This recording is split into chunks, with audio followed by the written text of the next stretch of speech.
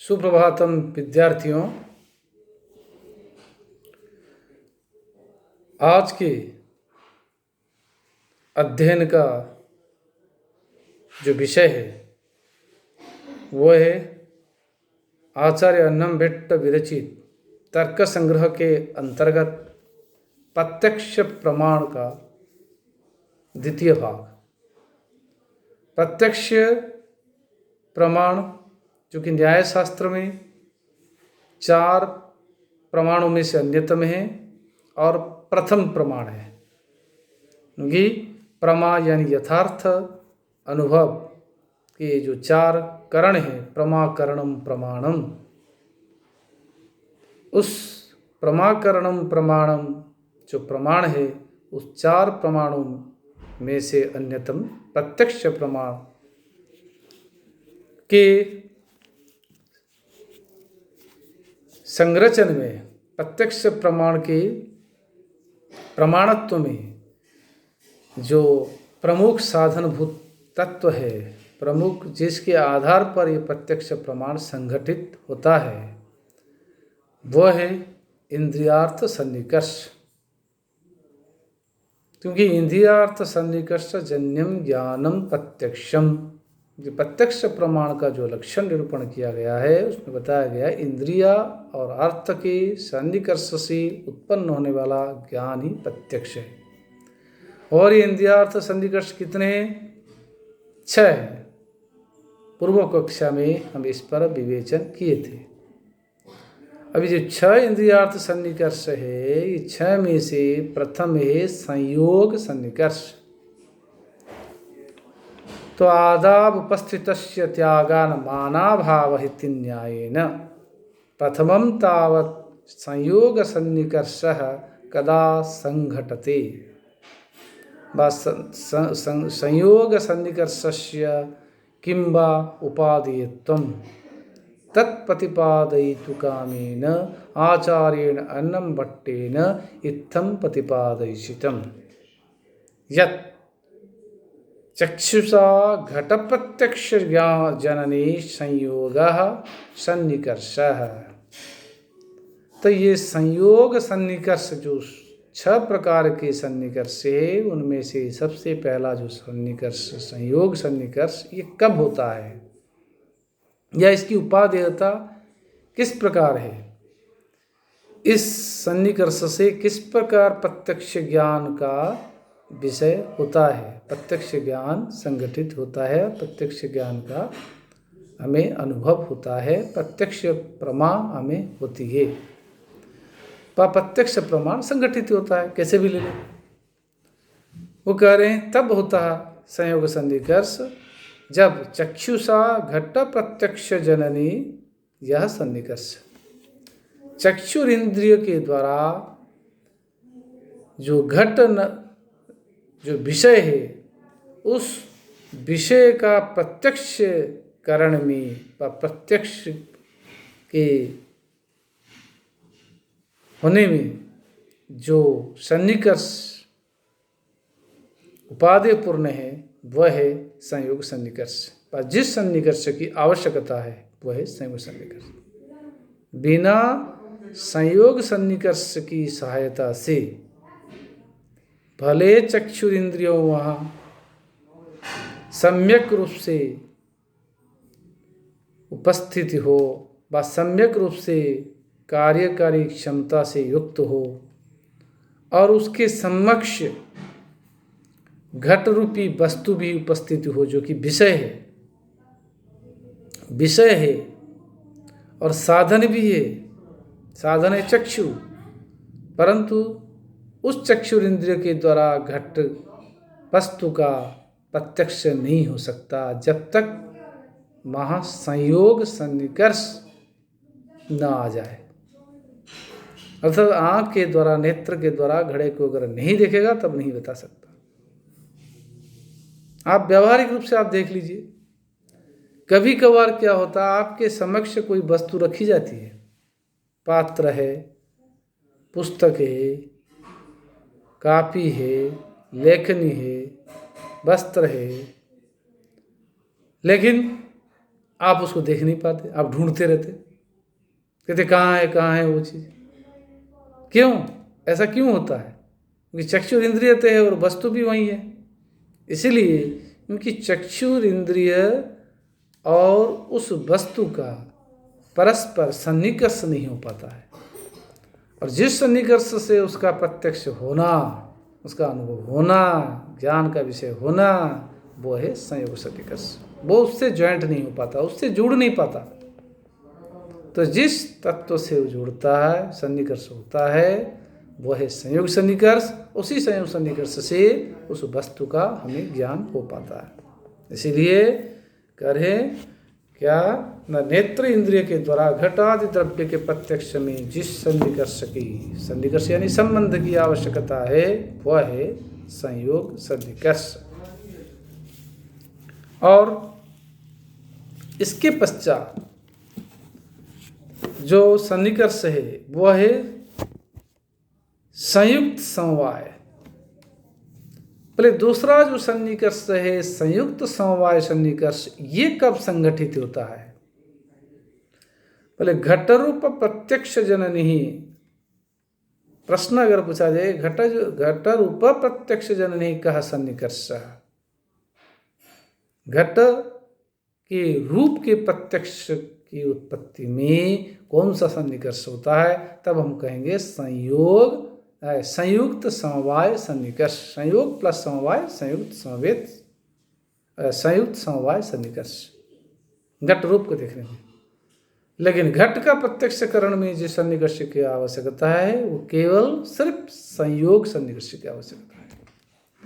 तो एक तत्व की जहाँ आवश्यकता है, एक सन्निकर्ष की आवश्यकता है, वो है संयोग।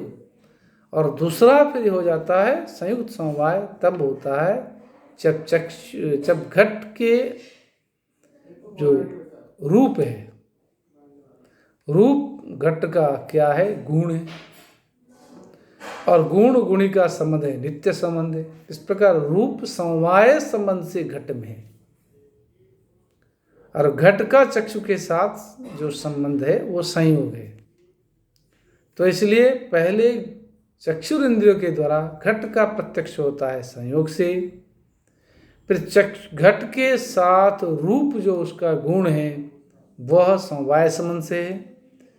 इसलिए संयोग प्लस समवाय बराबर संयुक्त समवाय। तो इसलिए चक्षुर इंद्रिय के द्वारा घट के अंदर रहने वाला घट का जो रूप है उसका प्रत्यक्षकरण में संयुक्त समवाय सन्निकर्ष की आवश्यकता है। तो इसलिए कह रहे हैं घटरूप प्रत्यक्ष जननी संयुक्त समवाय सन्निकर्ष। किमर्थम न चक्षु संयुक्ते घटे रूपस्य समवाया। भले घटरूप प्रत्यक्ष जनन में जिस सन्निकर्ष की आवश्यकता है वह है संयुक्त समवाय सन्निकर्ष। क्यों ऐसा होता है?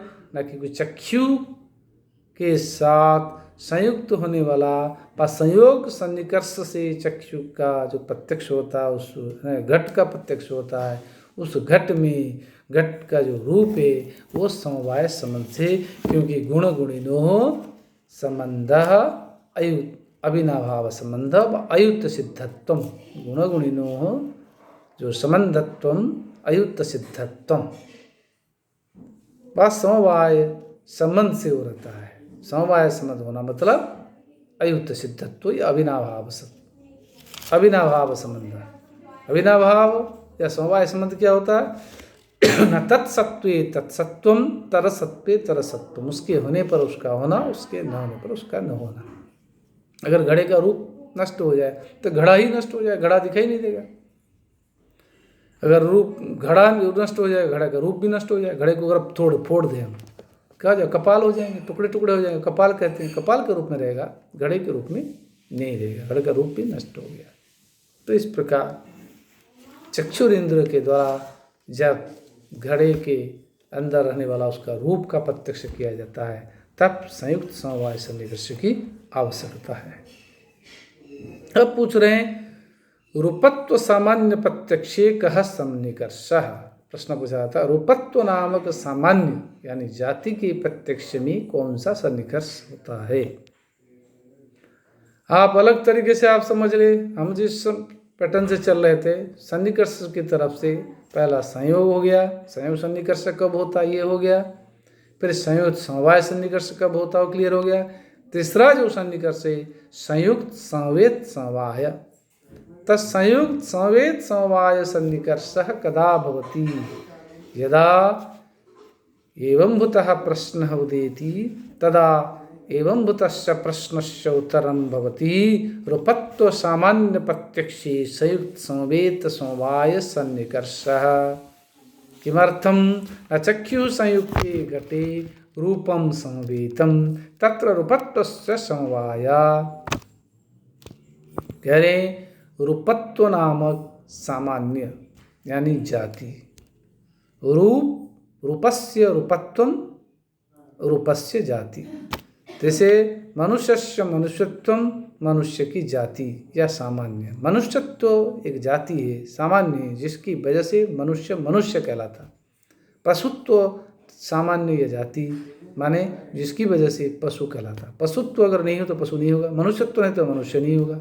स्त्रीत्व पुरुषत्व तो स्त्रीत्व पुरुषत्व ये स्त्री से पुरुष को, पुरुष से स्त्री को, ये भेद तत्व जो है माने वो है सामान्य या जाति, जिसकी वजह से एक दूसरे से पदार्थ भिन्न कहलाता, यानी एक जैसे सभी हो जाते, वे एकमात्र तत्व उसी से, हाथ पैर नाक कान तो सबके हैं, लेकिन वो जो तत्व है स्त्रीत्व जो तत्व है स्त्री में, पुरुषत्व तत्व पुरुष में है, तो वो उसमें नहीं हो सकता, वो उसमें नहीं हो सकता। इसी की वजह से वो उसकी पहचान है, क्योंकि ये उसका धर्म है, ये उसका शाश्वत धर्म है, क्योंकि ये इसका नित्य समवाय संबंध से रहता है।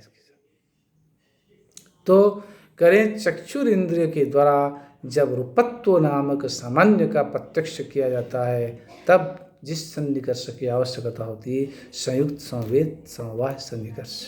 संयुक्त संवेद समवाय तीन तत्व हो गए, संयोग प्लस समवाय बराबर संयुक्त संवेद समवाय।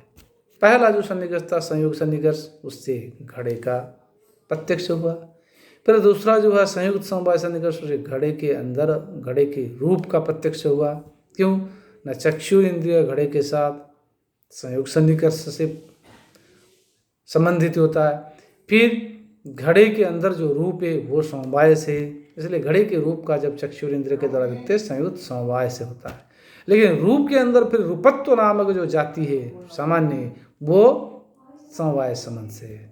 तो पहले संयोग हुआ, फिर समवाय हुआ, प्लस समवाय हुआ, तो संयुक्त संवेद समवाय सन्निकर्ष से रूपत्व नामक जाति या सामान्य का प्रत्यक्षीकरण किया जाता है। इसलिए चक्षु संयुक्त घटे रूपम समवेतम, चक्षु के साथ संयुक्त होने वाला घड़े में रूप समवाय समझ में रहता। फिर तत्र रूपत्व से समवायात, फिर वहाँ रूपत्व नामक जाति समवाय समझ में रहता है। इसलिए संयुक्त संवेद समवाय सन्निकर्ष से रूपत्व नामक जाति या सामान्य का प्रत्यक्ष होता है। अब पूछ रहे हैं कि चौथा जो सन्निकर्ष है वह है समवाय। ये समवाय कब होता है?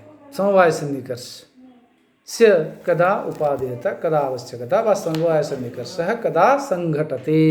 यह शब्द प्रत्यक्ष कहा सन्निकर्ष, शब्द नामक जो विषय है इसका प्रत्यक्षकरण में कौन सा सन्निकर्ष होता है ना? समवाय सन्निकर्ष। बोले श्रोत्रेण शब्द साक्षात्कार समवाय सन्निकर्ष।